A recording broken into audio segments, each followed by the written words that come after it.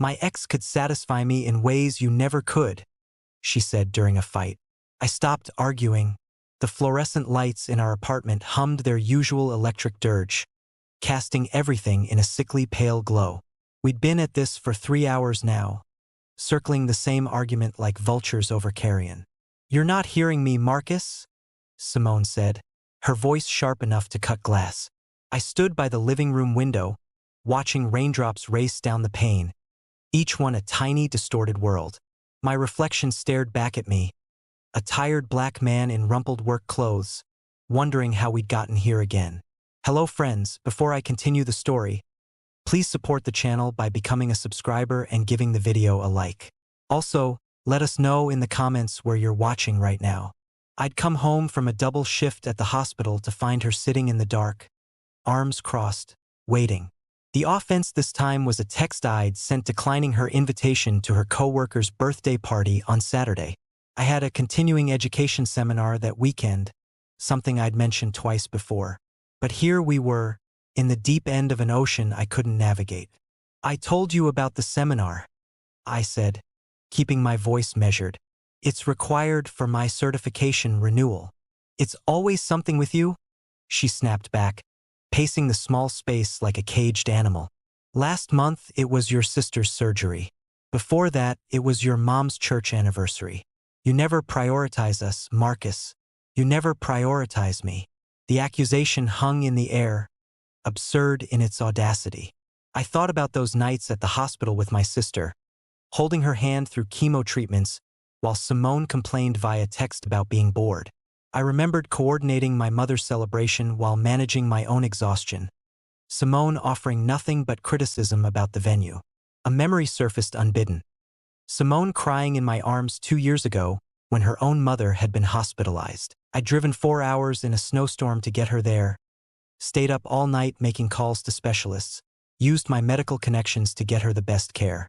You're my hero, she'd whispered against my chest in that hospital waiting room. I don't know what I'd do without you. That woman felt like a character from someone else's story now. Simone, I hear you, I said, turning from the window to face her. You want me at this party, but I have a professional obligation that's non-negotiable. I can't just skip mandatory training because of a birthday party for someone I've met twice. My reasonableness only seemed to fuel her anger. She stopped pacing and fixed me with a look I'd seen too many times lately. Contempt barely masked as frustration. This is exactly what I'm talking about, she said, throwing her hands up in exasperation.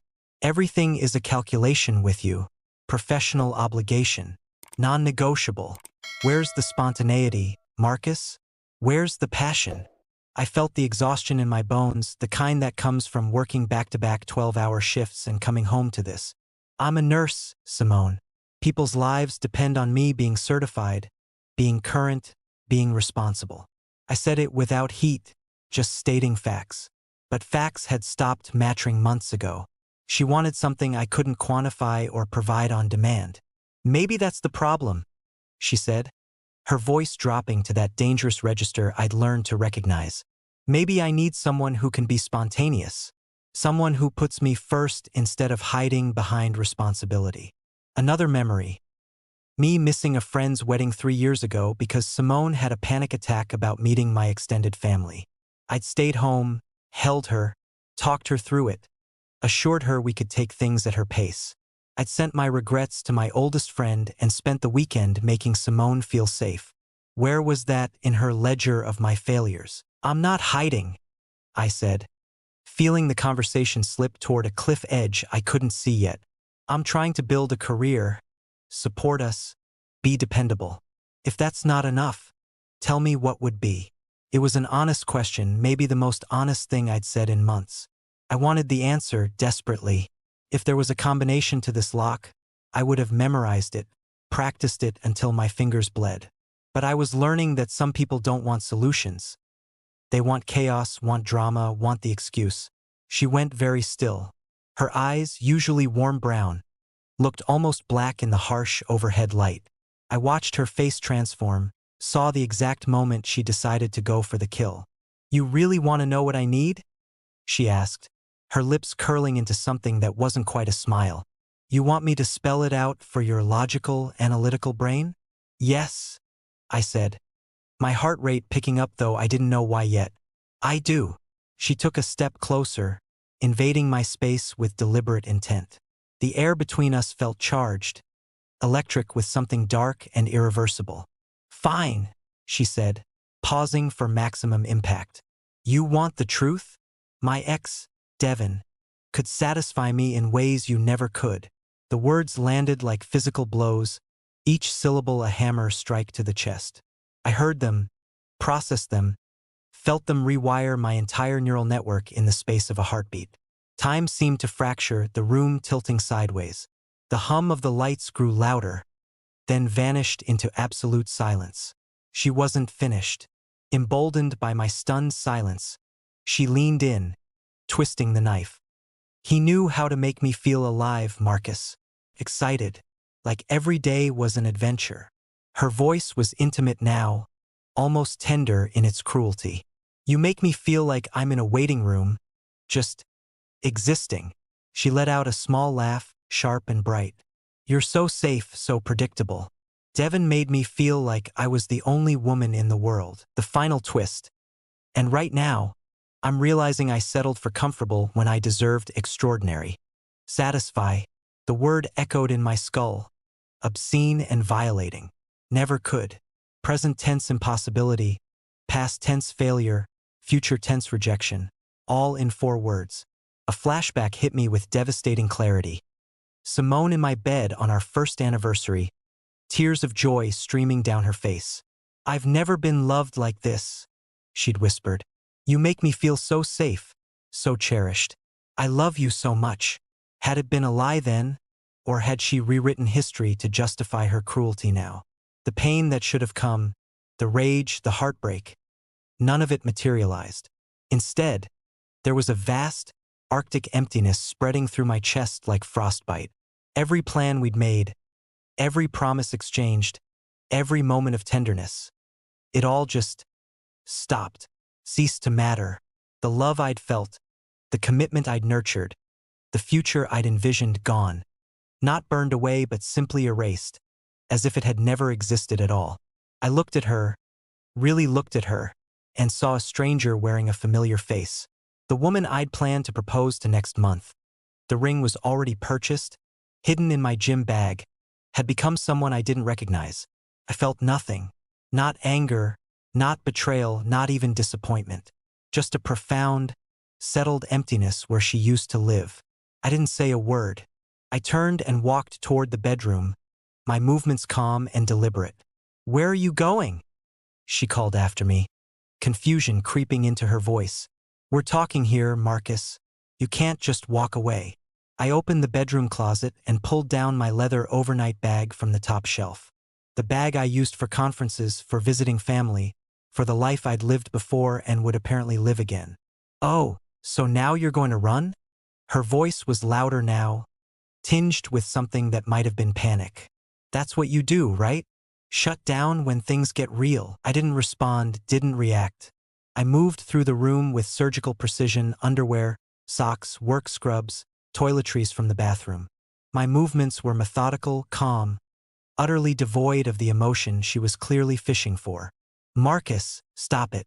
She was in the doorway now, her posture shifting from aggressive to uncertain. You're being dramatic. We're just fighting. Couples fight. I zipped the bag closed, the sound final and somehow ceremonial.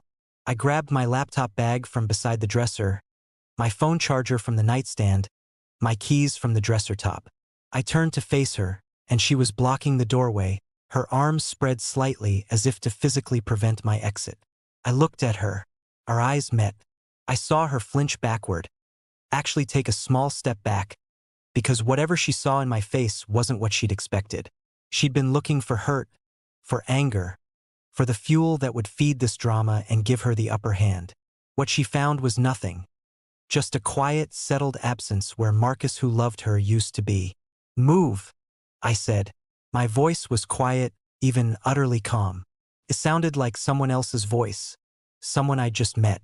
No, we need to talk about this, she said, but her voice wavered. We have to work through this. You can't just leave. There's nothing to work through, I replied, and it was the truest thing I'd said all night. Now move, please. We stood there in a silent standoff for exactly 5 seconds. Then something in my expression, the complete flatness of it, the absence of anything she could manipulate or leverage, made her step aside. Her face had gone pale, her earlier bravado crumbling. I walked past her, through the living room where the ghost of our relationship still clung to every piece of furniture. I collected my work badge from the kitchen counter, my insulated lunch bag from the fridge, the framed photo of my grandmother that sat on the bookshelf. The only thing in this apartment that truly mattered. If you walk out that door, Marcus, don't think you can just come crawling back, she said, her voice rising in pitch. It was a last-ditch power play, an attempt to regain control of a situation that had already concluded. I didn't answer, didn't turn around. I opened the door to the hallway, the sound of the building's ventilation system rushing in like a gasp. I stepped across the threshold, pulled the door closed behind me with a gentle click that sounded, to my ears, like a period at the end of a very long, very exhausting sentence. I took the elevator down in silence, a couple from the 3rd floor eyeing my bag with curiosity. I walked to my car in the parking garage, the fluorescent lights there humming the same tune as the ones upstairs. I didn't slam my door, didn't peel out, didn't do any of the dramatic things movies had taught me heartbreak required. I simply started the engine, adjusted my mirrors, and drove. I drove for 40 minutes, not aimlessly but with unconscious purpose, until I found myself pulling into the parking lot of an extended stay hotel near the hospital. The place was clean, anonymous, efficient. Exactly what I needed. I went inside, paid for a week with my credit card, and accepted the key card from a clerk who didn't ask questions. In the quiet of room 237, I sat on the edge of the bed and placed my phone face up on the nightstand beside me. I didn't turn it off. I wanted to see what would happen, wanted to observe the data like the scientist I'd trained myself to be. The call came 17 minutes later, her name lighting up my screen with the photo I'd taken at the beach last summer. She looked happy in that photo, carefree, beautiful. The phone buzzed insistently against the cheap wood veneer of the nightstand. I let it go to voicemail. 3 minutes later, it came again. Again, I let it ring. The pattern continued, call, voicemail, 6 times in the next 20 minutes. Then the text started rolling in, notifications stacking up over her smiling photo. I picked up the phone not to answer, but to read. I needed to see the evolution, needed to confirm what I already knew about the cycle. Simone, 11:47 p.m. Where did you go? Simone, 11:52 p.m. This is childish. Come home so we can talk. Simone, 12:03 a.m. I'm getting worried. Just let me know you're okay. The progression was textbook, almost boring in its predictability. Concern masking control, worry hiding anger. I opened the first voicemail, her voice tight and controlled. Marcus, it's me. Look, I was upset. I said things I shouldn't have. But you leaving in the middle of the night is ridiculous. Call me back and tell me where you are. We'll figure this out like adults. I deleted it. The second voicemail came 23 minutes later, the control starting to fracture. Okay. I'm sorry, all right? I'm sorry I brought up Devin. It was a low blow, I know. But you can't just throw away 2 years because of one fight. Come home, please. We can talk about this. A low blow, not a lie. A tactical error in an argument she thought we were still having. I deleted it and checked the timestamp on the next one. The third voicemail arrived at 1:34 a.m., and this one was different. I could hear tears, the wet, desperate quality of someone whose script wasn't working. Baby, please. I'm so sorry. I didn't mean what I said about Devin. You know I didn't. I was just angry, just trying to hurt you because you hurt me. You're everything to me, Marcus. Everything he wasn't. You're stable and real and you actually love me. Please come home. Please answer your phone. I love you. There it was, the full reversal. Devin, weaponized an hour ago, was now minimized, dismissed. My stability, used as an insult earlier, was now my greatest virtue. I felt a distant, clinical interest in the manipulation, the way an anthropologist might study a primitive ritual. I pressed delete and watched the next wave of texts come in. Simone, 2:18 a.m. I can't sleep. The bed feels wrong without you. Simone, 3:07 a.m. Please, just one text. Let me know you're safe. I'm so worried. Simone, 4:42 a.m. Are you seriously going to end 2 years over one sentence? That's insane. That last one made me exhale. A sound that wasn't quite a laugh. The framing was perfect. I was ending it by refusing to accept her abuse and her apology in an endless loop. I was the unreasonable one for stepping off the carousel. When dawn light began filtering through the hotel curtains, I moved with purpose. The emptiness inside had crystallized into something solid and actionable. I called my supervisor, Helen, at 6:30 a.m. before her shift started. My voice was professional, steady. Helen, it's Marcus. I need to request an immediate transfer to the downtown campus. Personal circumstances. I can start there Monday if a position's available in the ICU. Helen, who'd worked with me for 3 years and knew better than to pry, paused for only a moment. Let me make some calls. Are you okay? I'm fine. Just need a change. It was almost true. By 9 a.m., I had confirmation. A position was available, same title, same pay, different location. By 10 a.m., I'd rented a 1-bedroom apartment in a building 6 miles across town. Available immediately, first and last month paid online. By noon, I'd hired a moving service I found through the hospital's employee network, discretion guaranteed. I gave them my old key, a list of my belongings, and the address of the new apartment. They'd pack and move everything on Wednesday while Simone was at work. I was dismantling our shared life with the efficiency I'd learned in triage. Assess, prioritize, act, move on. My phone continued its desperate song throughout the day. Simone, 9:33 a.m. Did you even come home last night? Where are you? Simone, 11:15 a.m. I called the hospital. They said you called out. What is happening? Simone, 2:47 p.m. Fine. Ignore me. You always were emotionally unavailable. Devin was right about you. Devin was right about you. The text was a gift, really. It confirmed she'd already called him, already run back to the source of the poison. The circle was complete, and I was definitively outside it. Any residual ghost of feeling, obligation, guilt, nostalgia, evaporated in the face of that confirmation. I blocked her number. Then I blocked her on every social media platform, every messaging app, every digital space where she might reach me. The final surgical severing, clean and absolute. The next 2 weeks passed in a blur of purposeful motion. I moved into my new apartment, a modern space with hardwood floors and large windows that caught the morning light.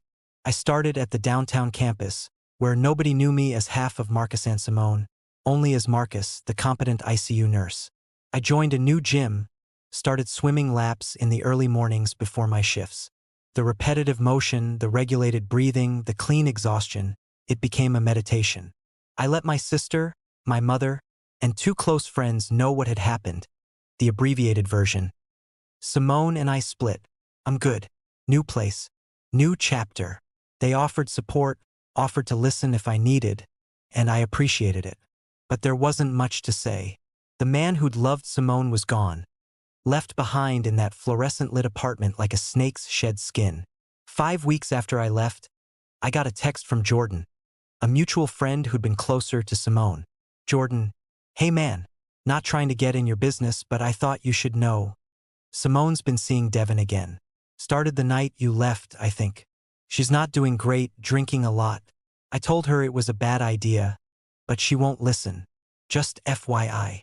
I stared at the message, waiting for jealousy or vindication or something. Nothing came.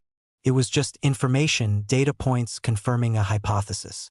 I typed back, thanks for the heads up, that was all. No questions, no request for details, just acknowledgement. The information stream from mutual friends continued in small doses over the next month. Simone had moved Devin into our old apartment. Simone had missed work multiple times. Simone had been asking about me, wondering if I was seeing anyone. I received each update with the same detached interest and moved on. Then, 2 months after I'd left, my phone buzzed with a call from an unknown number. I almost didn't answer, but something made me pick up. Marcus. Her voice was small, unfamiliar in its brokenness. I'd forgotten to block new numbers. "This is Marcus," I said, my tone neutral, professional. "Simone." I didn't know who else to call. She was crying, the words barely intelligible. "Devin, he's gone. He took money from my account. He took my laptop, my grandmother's ring. The police were here. They said he's done this before. To other women. That he's wanted for fraud." I listened to her sob, to the complete collapse of the fantasy she'd traded me for. I felt nothing. "I'm sorry that happened to you," I said, and I was, in the abstract way you're sorry when you hear about a stranger's misfortune. "But why are you calling me?" "Because I made a mistake." Her voice rose, desperate, clawing. "The worst mistake of my life. Everything you were, everything we had, I threw it away. I know that now. I'm so sorry, Marcus. Please, I have nothing. I am nothing without you. Please, can we just talk? Please." She was offering her brokenness as a key, believing it would unlock the man I used to be. The man who fixed things, who absorbed her pain and made it his problem. She was waiting for me to say, "It's okay." Or, "I'm sorry you went through that." Or, "Let's meet up." She was waiting for the script we'd played 100 times before. I took a breath, looked out my apartment window at the city lights stretching into the distance, and felt the perfect, settled peace of a decision already made. "Simone," I said, my voice calm and clear, "go call your ex." There was a sharp intake of breath, confusion. "What?" "Devin," I continued, each word precise and deliberate. "I'm sure he'll satisfy your apologies, too." The silence on the other end was absolute, the sound of a detonation happening in slow motion. I could hear the exact moment the words landed, the way her breathing changed from desperate crying to shocked stillness. It wasn't cruel. It was simply her own logic, her own weapon, returned to sender. "Marcus, no." I ended the call.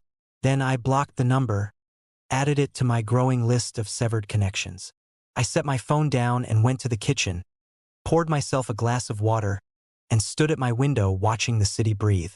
I felt no triumph, no satisfaction, no lingering pain. Just the vast, clear silence of a man who'd finally learned that some doors, once closed, should stay that way. 3 months later, I met Keisha at a hospital fundraiser. She was a physical therapist with an easy laugh and sharp intelligence that showed in everything she did. We talked for 2 hours about nothing and everything: music, travel, the ridiculous politics of healthcare administration. When I walked her to her car, she smiled up at me and said, "I'd like to do this again." "So would I said, and meant it. Our first real date was coffee that turned into dinner that turned into walking through the city until midnight. She asked about my past, and I gave her the truth. I was with someone for 2 years. It ended badly. I'm in a better place now. She nodded, no pressure for details, no red flags in her eyes. We've all got a past. I'm more interested in what's next. What's next turned out to be easy in ways I hadn't known relationships could be. Keisha didn't play games, didn't manufacture drama, didn't weaponize vulnerability. When she needed something, she asked. When I needed space, she gave it. We built something steady, reciprocal, and real. 6 months into seeing Keisha, I got an email from Jordan. "Sarah's getting married next month. She wanted to invite you, but wasn't sure if you'd want to come. Simone will be there. Just so you know." I forwarded the message to Keisha. "Wedding. Ex will be there. Want to come as my date and brave the awkward?" She wrote back within minutes. "Absolutely. I'll bring popcorn for the drama." I loved her pragmatism, her humor, her refusal to be intimidated by my history. The wedding was at a vineyard an hour outside the city, all elegant simplicity and golden afternoon light. Keisha wore a navy dress that made her look stunning, and I'd bought a new suit that actually fit my frame properly after months of swimming and weight training. We arrived, checked in, and found our seats. I saw Simone within 15 minutes, standing alone near the bar clutching a glass of wine. She looked diminished, the vibrancy I'd once loved replaced by something hollow. Her dress hung on her frame, and her eyes scanned the crowd with a hunted, anxious quality. When her gaze landed on me, she froze. I watched her eyes travel from my face down to Keisha's hand resting comfortably on my arm. To Keisha herself, radiant and confident. The contrast was brutal, and I saw it register on Simone's face like a physical blow. I gave her a brief, polite nod and turned my attention to Keisha, who was laughing at something Sarah's mother had just said. I felt Simone's stare for the next hour, a weight I acknowledged and dismissed. During the reception, Keisha pulled me onto the dance floor despite my protests about my lack of rhythm. We laughed, we moved badly to good music, and I felt utterly, completely present in my life. When we took a break, heading back to our table for water, she was there, Simone, standing beside my chair, her wine glass empty, her composure fragile. "Marcus," she said, her voice barely above a whisper. "Simone," I replied, my tone neutral, the same I'd use for any acquaintance. "You look well." The lie was obvious, but I didn't contradict it. I took a sip of water, my body language closed, uninterested. Keisha squeezed my hand and excused herself to the restroom, reading the situation with perfect accuracy. The silence stretched between us, thick with everything she wanted to say. "I don't know how to start," Simone finally said, looking down at her hands. "I've thought about this moment, what I'd say if I saw you. And now," she trailed off, her voice breaking. I waited, offering nothing. "Devin, everything that happened, it destroyed me," she whispered. "He took everything. Money, my credit, my sense of, I don't even know. The police said I was lucky he didn't do worse." Her eyes filled with tears. "And all I could think about, through all of it, was that I had something real with you. Something good. And I destroyed it because I was selfish and stupid and—" "Simone," I interrupted gently but firmly. "I'm sorry that happened to you. Truly. But why are you telling me this?" She looked up, hope flickering in her wet eyes. "Because I learned, Marcus. I learned what real love looks like by losing it. You were everything stable, kind, loyal. Everything I threw away. And I know I don't deserve another chance. But if there's any part of you that—" "There isn't," I said, my voice quiet and absolute. The hope in her eyes guttered like a candle in wind. "What we had is over. It's been over since the night you told me about Devin. That ended it. What happened to you after doesn't change that." She took a step back as if I'd pushed her. "But you see what he was, what he did. You see I was wrong." "I do see that," I agreed. "And I'm sorry you had to learn that way, but your lesson isn't my responsibility, and your regret isn't my problem." The words were clinical, precise, devoid of malice. They were simply true. "I've moved on. You should too." Her face crumpled. "Moved on," she repeated, the words bitter.